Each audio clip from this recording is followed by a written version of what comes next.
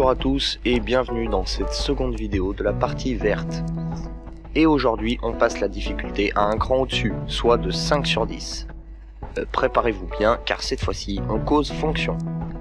Alors dans le précédent et premier épisode de la partie verte, on a vu ce qu'était une variable et une équation, mais pas ce que représentait x ou une fonction.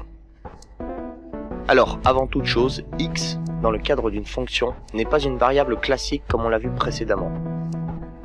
En effet, la principale faculté de x est qu'il peut varier sur un intervalle, généralement allant de moins l'infini à plus l'infini, mais ça peut être de 0 à plus l'infini, de moins l'infini à 0, etc. X va ici représenter un facteur dont on souhaite faire varier la valeur, afin d'observer les modifications qu'il apporte un système à une fonction en fait.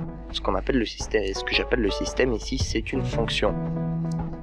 Par exemple, si on prend 3x plus 2 et qu'on en observe le résultat, on prend quelques valeurs de x pour observer l'évolution de ce résultat. En fait, on prend quelques échantillons de x. En réalité, il est très courant et beaucoup plus parlant de représenter sur une fonction sur un graphique. Là, il va falloir que j'explique un minimum ce qui est représenté ici. Donc l'axe horizontal s'appelle l'axe des abscisses et représente toutes les variations de x. L'axe vertical s'appelle l'axe des ordonnées, et c'est celui sur lequel on va pouvoir observer l'évolution de notre résultat. Par défaut, on écrira x sur les abscisses et y sur l'ordonnée. Y représente alors le résultat de l'équation pour un x donné.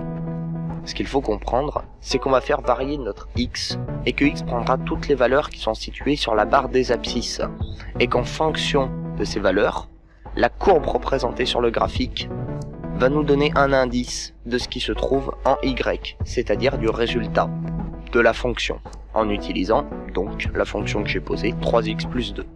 Par exemple, si je prends x égale 4, 3 fois 4, 12, plus 2, 14, donc mon y sera égal à 14 sur mon graphique. C'est aussi simple que ça. Alors, dans le cadre de cette fonction, et pour cet exemple, la fonction va s'écrire f de x égale 3x plus 2 ou simplement y égale 3x plus 2. Alors pourquoi écrire f de x et pas simplement y, parce que c'est quand même plus simple? Tout simplement parce qu'il peut y avoir plus d'une seule variable et que la seule que l'on fait varier ici est x. Par exemple, si je pose a égale 3, une constante, enfin une variable que je crée comme ça, et f de x égale ax plus 1.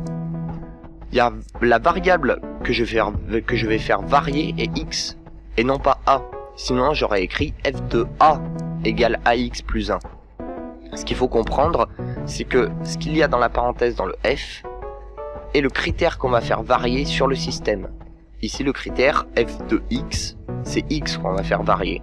Si j'avais posé f de a, c'est le a qu'on va faire varier, et on va observer l'évolution du système en fonction de a, en fonction de la variation de a. Il est à noter aussi que si j'écris f de 1, ça veut dire que je remplace le critère que je veux faire varier par 1. Donc je vais remplacer tous mes x. Donc par exemple si j'avais f de x, je vais remplacer tous mes x dans l'équation par 1. Si je pose f de 2 égale nanana, je remplace tous les x qu'il y avait dans la fonction qui suivait par 2. Voilà. Donc dans le premier cas, on pose y égale 3x plus 1 et non pas y égale ax plus 1. Car y ne prend son sens que si sa seule liaison se fait par l'axe des abscisses. Bref, tout cela n'est que du vocabulaire et il est temps de s'attarder sur ce que représente réellement une fonction. En réalité, la fonction va apporter une réponse à une question qui est la suivante. Comment évolue mon équation en fonction d'un facteur, x en l'occurrence, qui est interne à cette équation? Je vais prendre un exemple un peu plus concret. Par exemple, je loue une voiture à 10 centimes par kilomètre et je demande 5 € à la base. Mon équation va donc s'écrire 0,1x plus 5. Pourquoi? Parce que 0,1 représente mes 10 centimes et je les multiplie par x, x étant le nombre de kilomètres et 5 étant le prix de base que je dois allouer. C'est-à-dire que par exemple pour 0 km, j'aurai 0,1 fois 0 plus 5 € ce qui me donne 5 € de base sans aucun kilomètre. À partir de 10 km, j'ai 0,1 fois 10 plus 5, donc j'ai 1 plus 5, donc 6 €. 6 € au bout de 10 km. Et je peux simplement me demander au bout de combien de kilomètres, par exemple, j'aurais amassé 50 €. Et on pose alors 0,1x plus 5 égale 50. Par un simple développement, comme on l'a vu dans l'épisode précédent, je pose 0,1x égale 45, donc x égale 450 km. Je précise tout de même qu'ici, le facteur que je ferai varier, x donc, s'exprime en kilomètres. Donc je l'ai déjà précisé avant, mais je le reprécise quand même ici. La seule raison pour laquelle je mélange argent et kilomètres est que par exemple, j'ai dit que je louais ma voiture à 10 centimes par kilomètre. Vous vous souvenez dans le premier épisode, quand je disais que la multiplication pouvait supprimer une dimension et créer une nouvelle unité. Bah là c'est exactement ce qui se passe. Si j'ai 0,1 € par kilomètre et que je multiplie ça par des kilomètres, j'ai euros divisé par kilomètre fois kilomètre, ce qui me donne juste des euros. J'ai donc bien des euros à la base. Voilà, c'était juste une petite précision. Mais avec une fonction, soit f de x égale 0,1x plus 5, j'ai par un simple tracé sur un graphique la réponse à toutes les valeurs, sans prendre la peine de poser chaque équation comme je l'ai fait précédemment. Voilà donc ce que représente grossièrement une fonction. Et c'est bien pratique. Et il est même possible de mettre en relation deux fonctions. Par exemple, pour continuer dans cet exemple que j'ai pris, si je crée un second tarif où je demande que 2 € de base cette fois-ci, alors qu'avant je demandais 5 €, mais où le client paye 20 centimes par kilomètre. Là encore, je pourrais calculer à partir de quel moment le tarif est plus intéressant pour moi que le précédent, en possédant 0,2x plus 2 supérieur à 0,1x plus 5. Cette équation qui traduit donc à partir de quel moment le tarif B, donc 0,2x plus 2, est plus grand et plus intéressant donc pour moi, me rapporte plus d'argent que le premier tarif, donc 0,1x plus 5. Et en développant, j'arrive à x supérieur à 30. Ce qui veut dire que lorsque j'ai fait plus de 30 km, le tarif B est plus rentable que le tarif A. Mais encore une fois, il est plus simple de regarder un graphique où apparaissent ces deux fonctions et d'observer quand elles se croisent directement sur le graphique. Voilà, c'est à peu près tout. Il me reste cependant à introduire quelques formules et notions. Savoir par exemple que f de x égale ax est une fonction linéaire, f de x égale b est une fonction constante, et f de x égale ax plus b est une fonction affine. Dans le cas d'une fonction linéaire, on n'a que x sans constante à la base. C'est-à-dire on a juste ax, on fait juste varier un x, c'est-à-dire que lorsque x égale 0, f de x égale 0.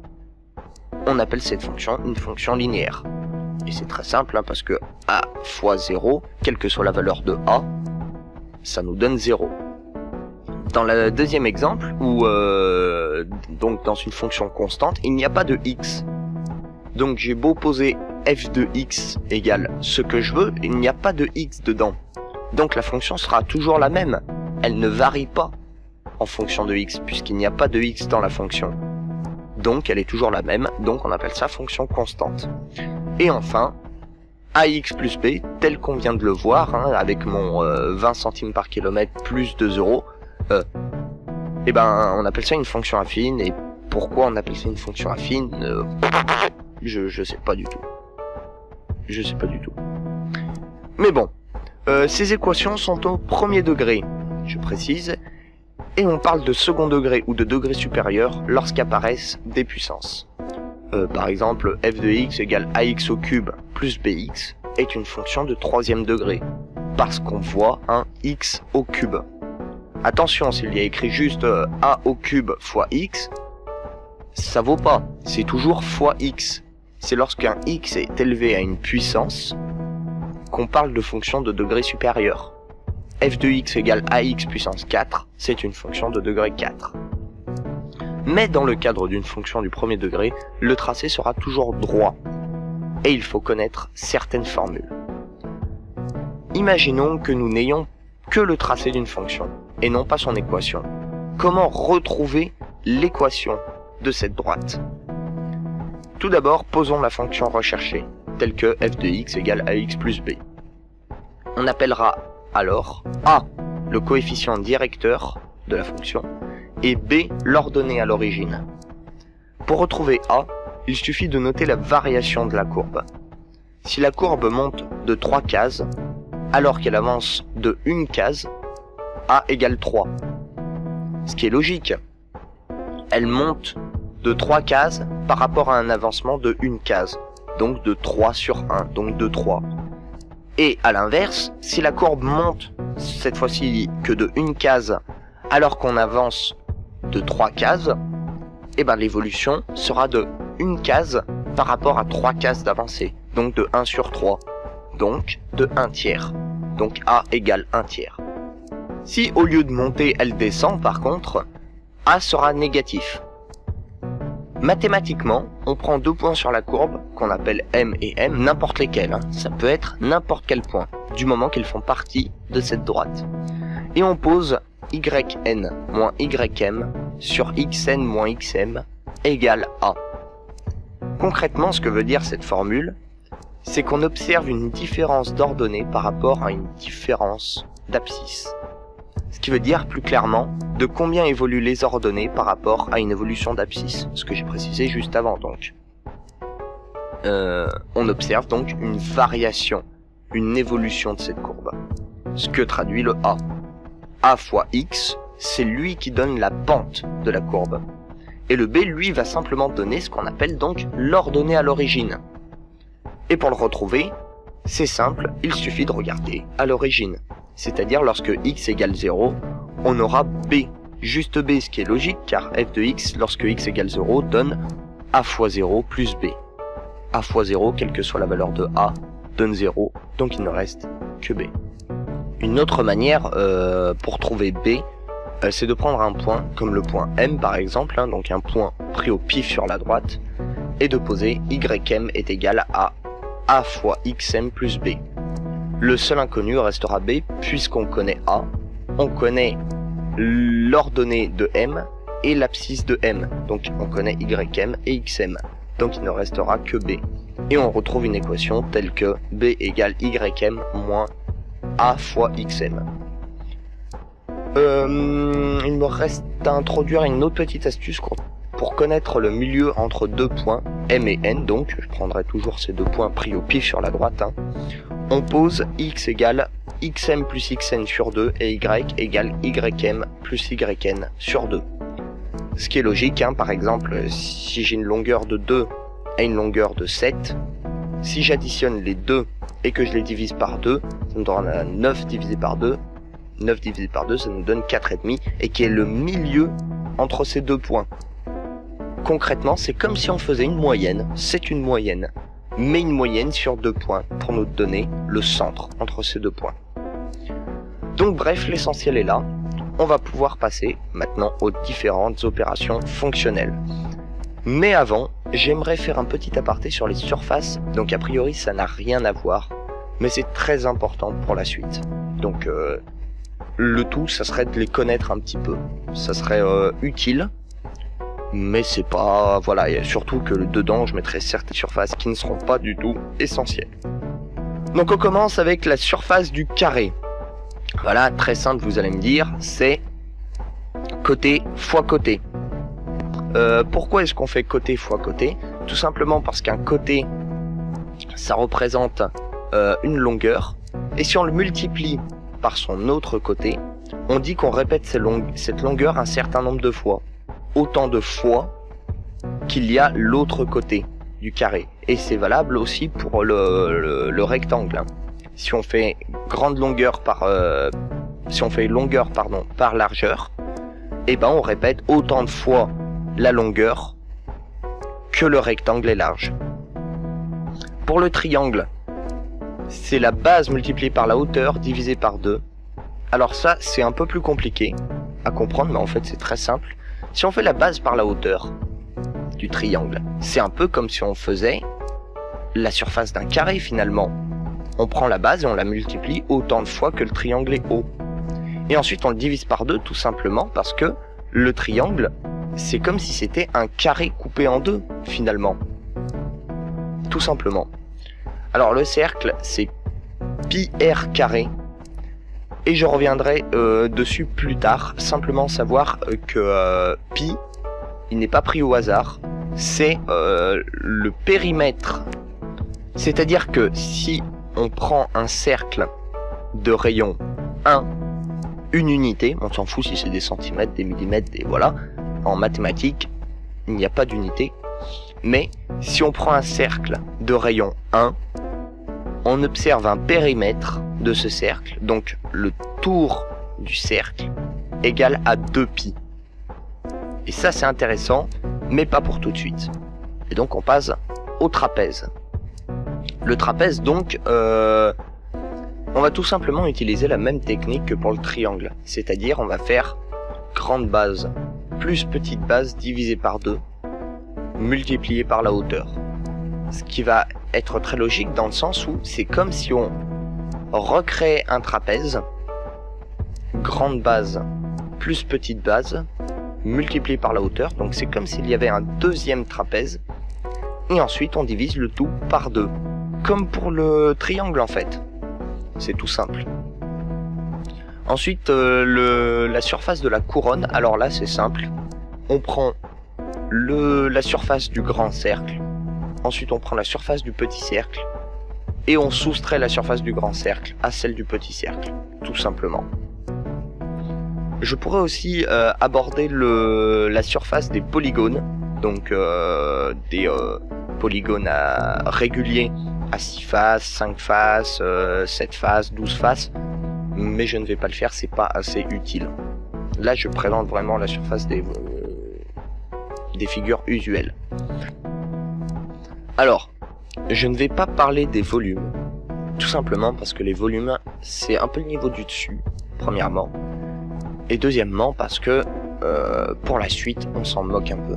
Je voulais surtout aborder en fait le carré, le triangle, le cercle, qui sont des figures de base, et introduire une certaine cohérence, par exemple pour le trapèze, la couronne, une certaine logique à suivre dans les figures, c'est-à-dire tout ne repose pas sur des formules prérequises. On peut utiliser simplement la logique pour en déduire des formules. Voilà. Donc on se quitte là-dessus. J'espère avoir été assez concis, surtout pour les fonctions, hein. N'hésitez pas à me le dire en commentaire. Et la prochaine fois, nous aborderons de nouveaux opérateurs qui sont eux-mêmes des fonctions. Donc à la prochaine et croyez en vos rêves.